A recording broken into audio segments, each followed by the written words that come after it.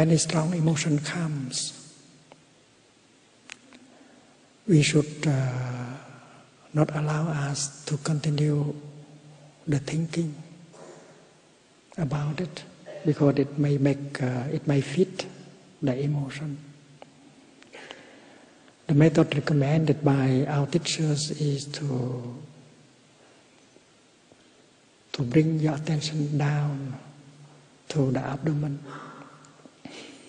and pay attention to the rise and fall of your abdomen when you breathe in and out.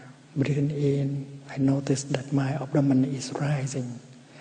Breathing out, I notice that my abdomen is falling. And you focus your attention only on your in-breath, your own breath, and the fall and the rising and falling of your abdomen. It is like the emotion is like a storm, and if we know how to handle, we will survive the storm easily. While breathing in and out, we can remember that one emotion is just one emotion. Emotions are impermanent. They come, they stay for some time, and they have to go after a while. And we are much more than one emotion. Why we should die just because of one emotion? It is a very simple truth. You are much more than an emotion. An emotion can last maybe half an hour or 1 hour. And you have to go. Why do you have to die because of one emotion? And nobody has told a young person. And that is why when she is overwhelmed by an emotion, she tries to kill herself. So a good practitioner should know how to practice mindful deep breathing with our abdomen when there is a strong emotion. It's like holding the trunk of a tree. During the time of a storm, if you look at the tree in the backyard, you see that if you focus your attention on the top of the tree, you have the impression that the tree is very vulnerable. It can be blown away by the wind at any time. But when you focus your attention on the trunk of the tree, you see that the tree is deeply rooted in the earth, and you see that the tree will stand. So we are like a tree. The brain is only the top of the tree, and during the storm of the emotion, we should not stay here and continue to think and to imagine. We should bring our attention down to the level of the navel, the Dandian spot.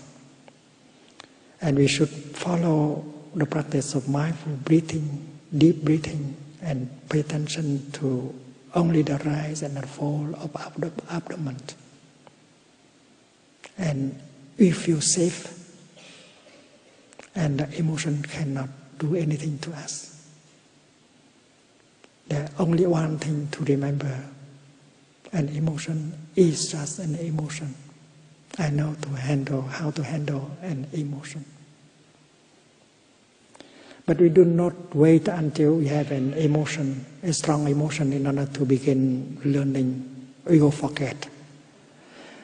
That is why we have to begin the practice right now. And if we practice 2 weeks, 3 weeks, every time 5-7 minutes, and then we use the practice of mindful deep breathing. And next time when a strong emotion comes, we will certainly remember to practice.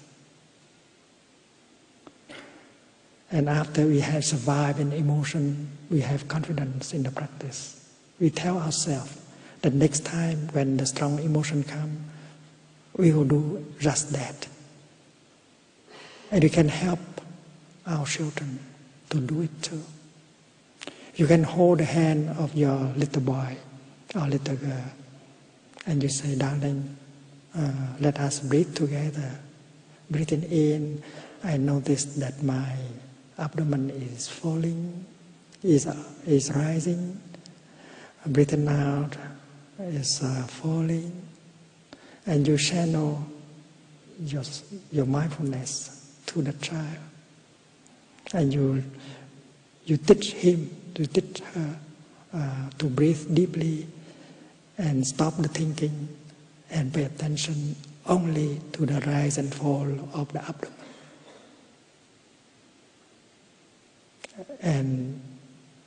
And your child will learn. And when he has a strong emotion, he would know how to do in order to survive the emotion. I think parents should know how to practice that and transmit the practice to their children. I also believe that the school teachers should know the practice and transmit the practice to students in their class. Because the young people in our time, they suffer a lot of fear, anger, despair. And the young people, when they suffer too much, they think of suicide. And that is why we should be able to help them by, first of all, mastering the techniques of practice.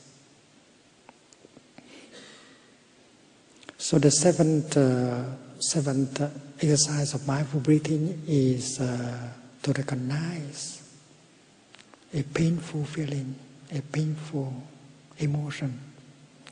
And the eighth one is to embrace and to release the tension.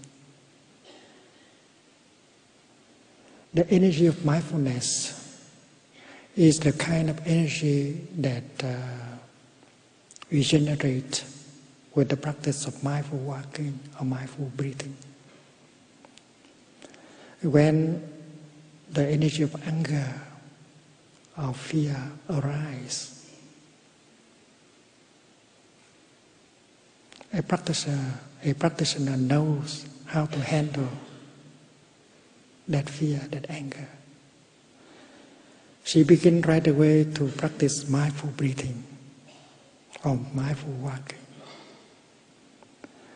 and generate the energy of mindfulness, the second source of energy. The first energy is the energy of fear or anger. The second source of energy generated through practice is the energy of mindfulness.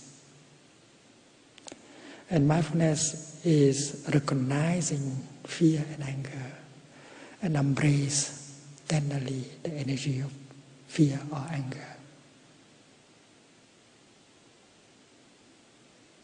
There is no attempt to fight or to suppress. That is violent. Buddhist meditation is characterized by non-violence. You are mindfulness, but you are also that fear, that anger. You should not do violence to yourself.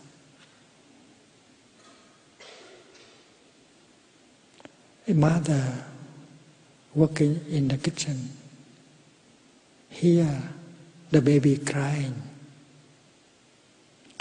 She put down whatever she's holding and goes to the room of the baby. And the first thing she does is to pick up the baby and hold the baby tenderly into her arms.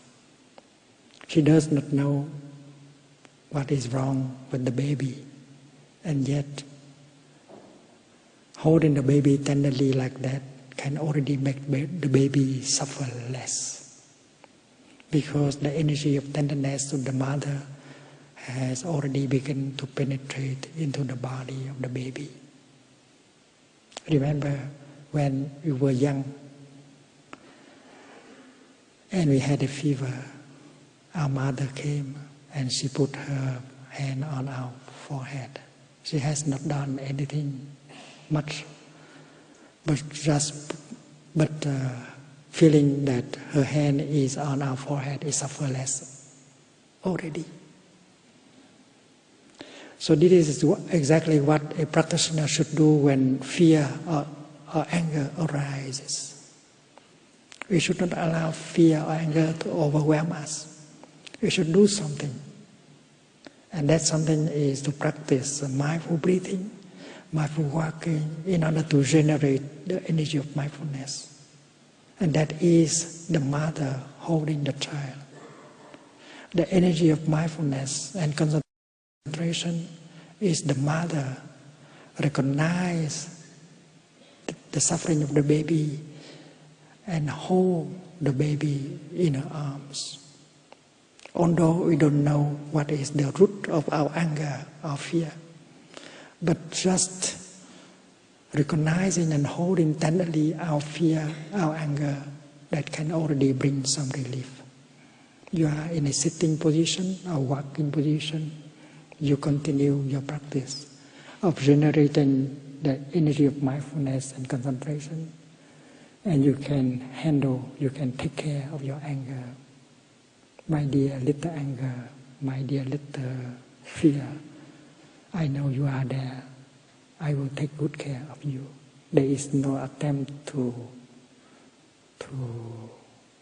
fight or to suppress.